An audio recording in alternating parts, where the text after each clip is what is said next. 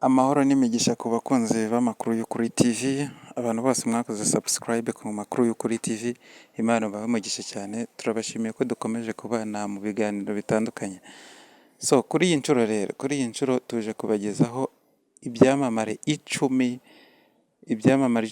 byakurikiranyweho cyangwa se byafungiwe gukoresha ibiyobyabwenge. Kuri uyu munsi, kuri iyi nshuro rero, impamvu tugarutse kuri ibi ngibi ni uko mu Rwanda hari kugaragara ko umukobwa Emeline Ishanga afunzwe bitewe no gukoresha ibiyobyabwenge, agashaka no gutanga bagenzi be harimo n'ababiretse nka DJ Brian. Niyo mpamvu tugarutse kugira ngo tubabwire bimwe mu byaranze ifungwa ry'ibyamamare mu Rwanda bizira gukoresha ibiyobyabwenge. Ku mwanya wa mbere turahasanga umusore uzwi nka Twahirwa Moise Motion. Motion nta muntu utamuzi rwose, ni umusore wamamaye mu myidagaduro nyarwanda, aba rudasumbwa ndetse aba n'umuntu ukomeye cyane mu bintu byo kumurika imideli. Yasanzwemo urumogi kandi afatanwa udupfunyika tw'urumogi ubwo yavaga mu mahanga aza mu Rwanda.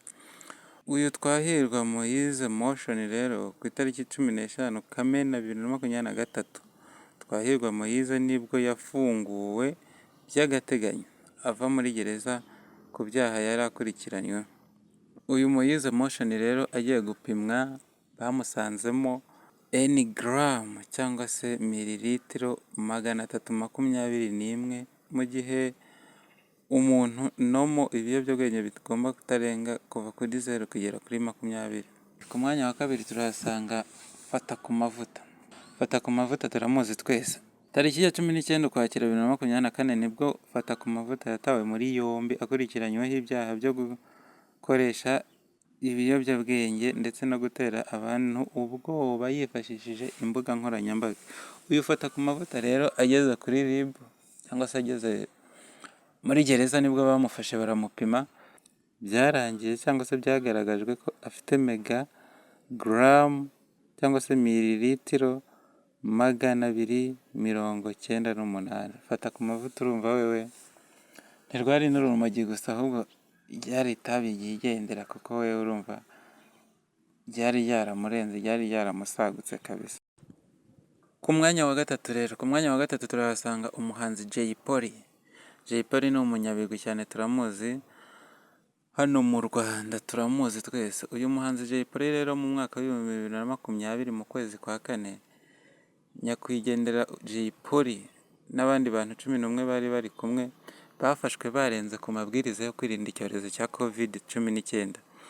Bafashwe rero basanganywe ibiyobyabwenge harimo urumogi n'imiti bakoresha cyangwa se iriya miti bavuga ko yongera akanyabugabo ku basore. Uyu muhanzi w'umunyabigwi rero yaje kwitaba Imana tariki 2 Nzeri 2021 azize uburwayi ahanini bwatewe n'ibiyobyabwenge yanyweye ari kumwe n'agatsiko ke cyangwa se na groupe yiwe bari bari kumwe muri gereza, bari bafunzwe bazira kunywa ibyo biyobyabwenge.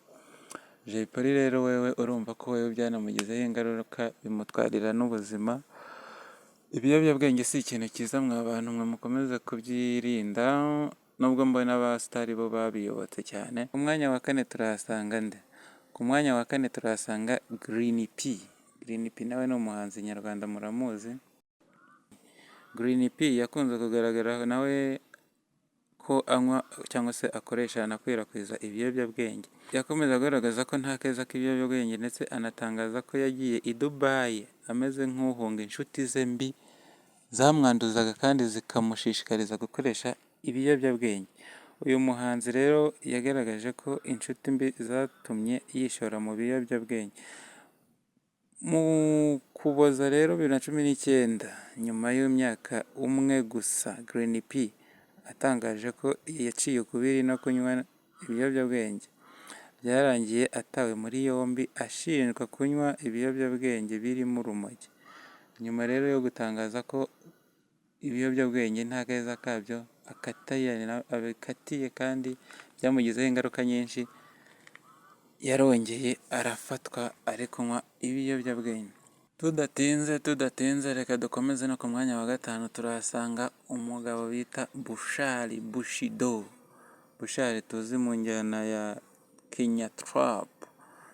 Uyu Bushali rero tariki ya 18 Ukwakira 2019 nawe ubwe n'itsinda rye bari bari kumwe bafatiwe mu Nyakabanda bakekwaho icyaha cyo gukoresha ibiyobyabwenge. Urumogi bikekwa ko banyweye, bari bafite kandi n'icupa rigaragara ko ririmo urumogi, baseye urumogi rw'ifu, ubwo harimo ibiyobyabwenge by'ifu. Hagenimana Jean Paul rero uzwi nka Bushali ndetse na Nizeyimana Slam uzwi nka Slam Drip bazwi mu njyana ya Kenya Trap ukurikiranwaho icyaha cyo gukoresha ibiyobyabwenge, aho tariki 4 Ugushyingo 2019 bakatiwe gufungwa iminsi 30 y'agateganyo mu gihe bari gukurikirana iby'ubwo biyobyabwenge bari bafatanye birimo urumogi. Uyu Bushali Bushido rero nawe si ubwa mbere si n'ubwa kabiri yaravuzweho ibintu byo gukoresha ibiyobyabwenge. Ku mwanya wa 6 rero mu baraperi cyangwa se mu byamamare byo mu Rwanda bikoresha ibiyobyabwenge turahasanga umuhanzi Fireman. Fireman rero byagenze bite? Fireman muri Kamena 2018 nibwo Fireman yafashwe n'inzego z'umutekano ashinjwa gukoresha ibiyobyabwenge birimo urumogi, mugo, heroin. Nyuma yaje kujyanwa Iwawa mu rwego rwo kugira ngo bamugorore. Ku wa 25 Nzeri 2019 nibwo abantu 1178 bagororerwaga Iwawa basubiye mu miryango yabo kuko bari bamaze kugororoka. Uyu muhanzi Fireman rero nawe yari arimo mu bantu bari batashye bavuye Iwawa. Ni nabwo yahise yitangariza we ubwe avuga ati, imyaka namaze ndirimba ibintu bitubaka, bidafite umumaro, bitagize aho bahuriye no kubaka sosiyete, mbivuyemo, ubu ngiye kuririmba indirimbo zubaka igihugu kandi zifitiye sosiyete umumaro. Uyu muhanzi Fireman rero nawe wewe birumvikana cyane ko yanajyanywe Iwawa kugira ngo agororwe ibiyobyabwenge bimushiremo. Twihuse cyane, ku mwanya wa 7 turahasanga umuhanzi bita Ishkevin. Ishkevin tiwe byagenze bite? Uyu muhanzi Ishkevin rero ni umuhanzi abanyarwanda bose bazi dukunda cyane kuko aturyohereza mu njyana ya drill ndetse na trap mu Rwanda, ari mu bambere kabisa. Uyu byagenze bite? Uyu yafashwe ku wa 25 Kamena 2021 mu mudugudu wa Save mu kagari ka Munezero umurenge wa Gisozi, ari kumwe na Mugisha Patrick, Byukusenge Brian Esther, Munyashoza Sorine, Nziza Olga na Umulisa Benita. Aba bose bari hamwe bari kunywa ibiyobyabwenge bitandukanye. 17 Nzeri 2021 nibwo urukiko rwa Gasabo rwahamije umuraperi Ishimwe Semana Keve icyaha cyo gukoresha ibiyobyabwenge, rumuhanisha igifungo gisubitswe cy'umwaka, ahita arekurwa kuko igifungo yari ahawe cyari gisubitse. Uyu Ishkevin nawe rero nuko akoresha ibiyobyabwenge. Tugendere ku mwanya wa 8 twihuse rero. Ku mwanya wa 8 turahasanga Gisa Cy'Inganzo. Gisa Cy'Inganzo nawe ni umuhanzi ntawe utamuzi. Umwe mu bahanzi nyarwanda bafite impano idashidikanywaho. Yafunzwe inshuro nyinshi azira gukoresha ibiyobyabwenge ndetse no kubikwirakwiza. Mu mwaka wa 2017 rero yatawe muri yombi. Mu mwaka wa 2018 arongera atabwa muri yombi. Icyo gihe hoho yanashinjwaga no kwiba, yanakekagaho n'ubujura. Mu mwaka wa 2019 Gisa Cy'Inganzo yasoje igifungo cye umwaka yari yakatiwe azira gukoresha ibiyobyabwenge, ndetse na n'ubu amakuru akaba avuga ko muri gereza y'amahanga aho ari ubu ngubu naho afunze azira ibiyobyabwenge, akaba yarakatiweyo amezi agera kuri 6. Urumva ko abahanzi nyarwanda bo ibyamamare byo mu Rwanda sinzi icyo bipfa n'ibiyobyabwenge, nubwo yajya no mu mahanga arakomeza akabikoresha. Komeze no ku mwanya wa 9 rero. Ku mwanya wa 9 turahasanga Mukadafu. Mukadafu arazwi cyane mu bahanzi nyarwanda. Mukadafu rero byagenze bite? Mukadafu mu mwaka wa 2021 umuraperi Mukadafu nawe yatawe muri yombi azira gukoresha ibiyobyabwenge, ariko nyuma akaza gufungurwa hadaciyemo igihe kirekire. Uyu Mukadafu nawe ni umwe mu bantu bazwiho gukoresha ibiyobyabwenge hano mu Rwanda kandi wanabihaniwe, akaba ari ku mwanya wa 9. Ku mwanya wa 10 rero, ku mwanya wa 10 turahasanga umuraperi uzwi nka P-Fla mu njyana ya hip hop. Uyu muraperi we yafunzwe ryari, yarekuwe ryari, byagenze bite?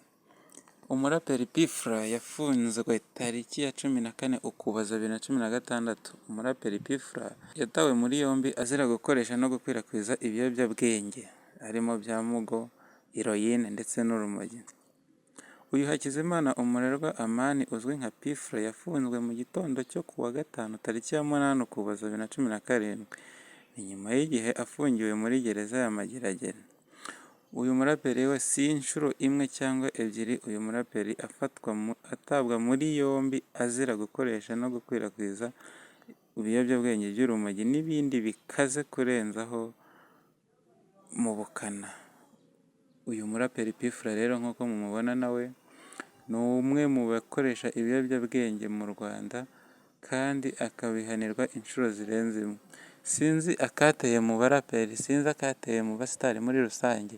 Kuri iyi saha, kuri uyu munota hari kuvugwa Emeline, ariko bariya bose n'abandi bose sinzi ahantu banabikura, sinzi naho, gusa RIB igomba kubihagurukira ikabyitaho. Mwakoze rero, mwakoze kubana natwe ku makuru y'Ukuri TV. Ndakeka mwese mwakoze subscribe kugira ngo tubane mu makuru ya buri munsi.